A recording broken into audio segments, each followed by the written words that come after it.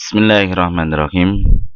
Kali ini kita akan melanjutkan yaitu tentang transistor FET atau field effect transistor dalam bentuk yang lain lagi, yaitu MOSFET, singkatan dari metal oxide semiconductor field effect transistor.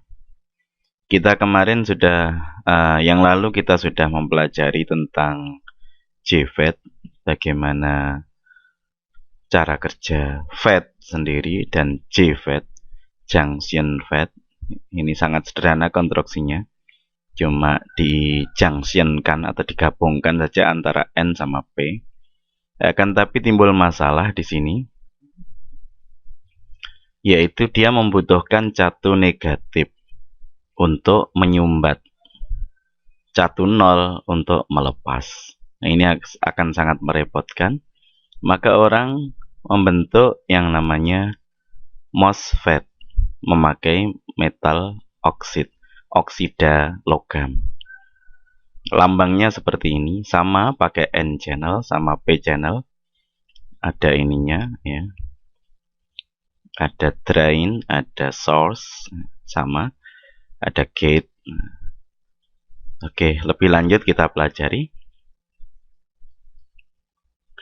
Susunannya tidak sama dengan JFET. Di sini memakai oksida logam di sini. Di sini ada renggangnya sedikit. Nah, makanya dengan demikian akan ada sifat-sifat transistor biasa di sini. Akan tapi tetap saja yang digunakan adalah efek medannya.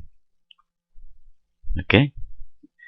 Kalau kita lihat, sebenarnya ada 4 tempat di sini. Ada body, ada source, ada drain, ada gate. Akan tapi biasanya bodinya di sini disambungkan ke salah satu kaki di sini. Tapi ada juga yang berkaki 4, ada juga. Oke, kita lanjutkan lagi. Nah, dengan konstruksi metal oksid seperti itu, maka jadinya kalau kita lihat di sini voltase gate itu jadi positif. Semakin positif kita lihat, maka arus yang mengalir akan semakin besar. Jadi tidak membutuhkan negatif, catu negatif, tapi bagaimana positif di sini. Sampai kepada VGS sama dengan threshold, sampai kepada jenuhnya di sini, maka akan on secara utuh, secara murni. Ini karakteristiknya. Dengan memakai MOSFET ini, maka akan semakin mudah lagi. Oke. Maka catunya cukup seperti ini saja. Jadi di sini kita butuh catu positif sampai kepada voltase yang penuh supaya sini on betul. Maka kalau dibuat seperti ini, rangganya mirip dengan rangkaian transistor biasa.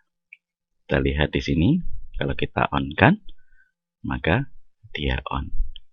Nah, kalau kita off kan, dia off. Sederhana sekali, mudah. Dan di sini catunya butuh arus yang sangat-sangat kecil, sehingga bisa menghemat sama sekali. Sedangkan arus yang lewat sini bisa besar sekali. Yang paling banyak dipakai memang N channel, karena apabila memakai P channel, itu yang lewat adalah hole. Kecepatan lewat hole dengan kecepatan lewat elektron jauh lebih besar kecepatan elektron. Oleh karena itu orang jarang memakai yang P channel. Meskipun diproduksi juga. Untuk mengalirkan arus yang sama diperlukan transistor yang lebih besar. Diperlukan MOSFET yang lebih besar. Maka kalau pakai N channel cukup kecil saja. Oke, itulah cara kerjanya. Ini secara sederhana seperti ini. Kita bisa memakai di sini pakai optocoupler, macam-macam ya orang menambahkan di sini. Tapi intinya seperti ini. Oke, kita lanjutkan lagi. Nah, Dari sifat tadi, karena tidak dibutuhkan arus di sini, maka kita harus hati-hati. Misalkan kita mau mengkaskadakan beberapa MOSFET bareng-bareng di sini. Kalau transistor tidak jadi masalah, digandengkan seperti ini tidak jadi masalah. Tapi untuk MOSFET, kita lihat di antara 3 MOSFET yang kita pasang di sini, ini pasti ada yang resistansinya paling rendah. Karakteristik tiap transistor meskipun diproduksi di tempat yang sama, mereknya sama, kemudian nomornya pun juga sama, pasti sedikit-sedikit ada perbedaan. Tidak bisa orang membuat betul-betul persis, tidak bisa. Nah, di sini kita lihat kalau misalkan resistansi yang paling rendah di sini pada transistor ini, maka ketika di-on-kan, maka ini akan on, di sini akan nyambung. Begitu di sini nyambung, maka voltase antara drain sama source akan jatuh. Begitu jatuh, maka lainnya tidak mampu untuk meng-on-kan dirinya. Sehingga apa? Kalau kita kaskadakan 3 seperti ini, akhirnya salah satu saja yang hidup, yang lainnya tidak bisa hidup, sehingga satu panas, akhirnya satu putus. Ganti, kalau ini sudah putus, ganti yang lain, mana yang paling rendah resistansinya akan putus. Maka kontrogi seperti ini sangat dihindari. Oke. Dan kemudian lagi, kalau mengkaskadakan seperti ini, maka kita harus atur di sini. Bagaimana supaya dV per dt-nya atau perubahan voltase di sini itu bisa lebih lambat, tidak bisa cepat, sehingga memberi kesempatan yang lainnya untuk on. Seperti itu. Kemudian yang perlu diperhatikan lagi, kalau kita memakai beban induktif seperti motor, relay, apa saja yang berbentuk induktif, kumparan maksudnya, maka kita harus tambahkan diode ke arah kebalikan ke sana. Mengapa demikian? Karena apabila kumparan dikasih listrik, maka dia akan terjadi induksi. Setelah kita lepas, maka fluk-fluk magnetnya akan memotong kumparan itu sendiri, sehingga membangkitkan listrik. Nah, kalau dia sendiri membangkitkan listrik, akan menendang transistor di sini, sehingga transistornya akan jebol.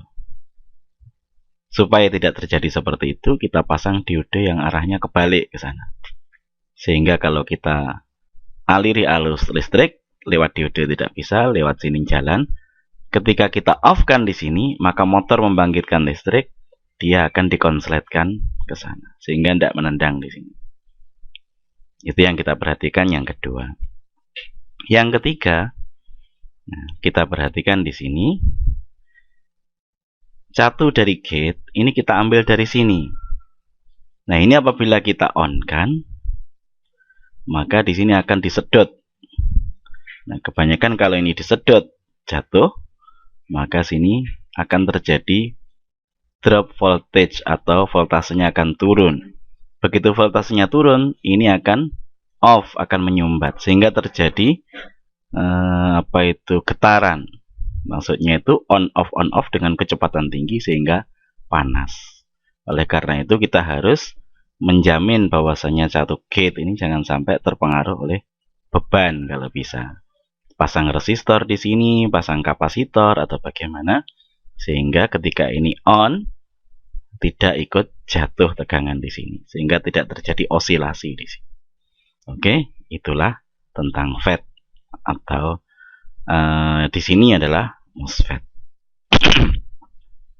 Kemudian lebih lanjut orang meningkatkan lagi dari MOSFET yang ada, ditingkatkan lagi sehingga banyak sekali jenis-jenis MOSFET. Di antaranya ini adalah JFET yang kita pelajari yang lalu. Kemudian di sini ada FET yang kita pelajari ya sekarang ini. Kemudian ditingkatkan lagi ada MOSFET tindak lanjut, tingkah apa itu perkembangan lanjut, pengembangan lanjut, enhanced ya, lebih lanjut lagi seperti ini sehingga didapatkan karakteristik yang lebih baik. Nah, kemudian ada lagi Orang yang no bulk seperti ini biasa untuk saklar dua arah ke sana sini. Yang ini yang bawah ini adalah tipe N channel, yang atas adalah tipe P channel di sini. Ini membutuhkan catu positif untuk on, ini membutuhkan catu negatif untuk on. Oke, ada yang seperti ini dan masih banyak lagi yang lainnya perkembangannya. Oke, itulah bahasan kita tentang MOSFET. Selanjutnya kita akan bahas tentang SCR dan lain-lain sebagainya. Harapan saya jadi jangan cuma ambil di sini saja. Setelah mempelajari ini kalian bisa mempelajari di Wikipedia, di yang lain-lainnya. Silahkan dibuka-buka literatur-literatur yang lain untuk mengembangkan lebih lanjut. Terima kasih atas perhatiannya.